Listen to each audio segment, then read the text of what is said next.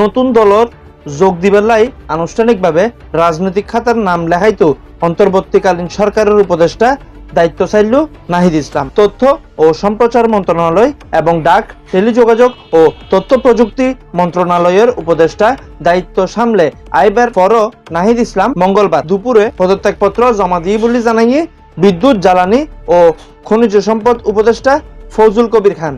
প্রধান উপদেষ্টার কার্যালয়ের একজন কর্মকর্তা জানাই দে বেলা 2টা রাষ্ট্রীয় বাসভবন যমুনার প্রধান উপদেষ্টা ডক্টর মোহাম্মদ ইউনুসের হাতে পদত্যাগপত্র জমা দেন নাহিদ ইসলাম। পদত্যাগপত্র নাহিদ লেখি দে বর্তমান প্রেক্ষাপটে দেশ ও জাতির বৃহত্তর স্বার্থে আর ছাত্র জনতার কাতারত উপস্থিত থাকা উচিত বলে আই মনে করি। ফলে আর দায়িত্ব আছে এবং এই দায়িত্বর কেন্দ্র করিয়ে আই ইস্তিফা দেন সমীচীন মনে করি। বৈষম্য বিরোধী ছাত্র আন্দোলন ও জাতীয় নাগরিক কমিটির উদ্যোগে যে নতুন রাজনৈতিক দল আইস্তুজার তাতে যোগ দিব বলে জানাজার নাহিদ ইসলাম এবং আহ্বায়কর দায়িত্ব লইব বলে গত কয়েক সপ্তাহ ধরে আলোচনা ওর বাংলাদেশ আওয়ামী লীগ সরকারের ক্ষমতাচ্যুত করা জুলাই অভ্যুত্থানের মূল নেতৃত্বাধীন নেতা হলোর সামনে রাখিয়ে 28 ফেব্রুয়ারি আনুষ্ঠানিকভাবে নতুন দলের আহ্বায়ক কমিটি ঘোষণা করা হইব বলে জানাজার।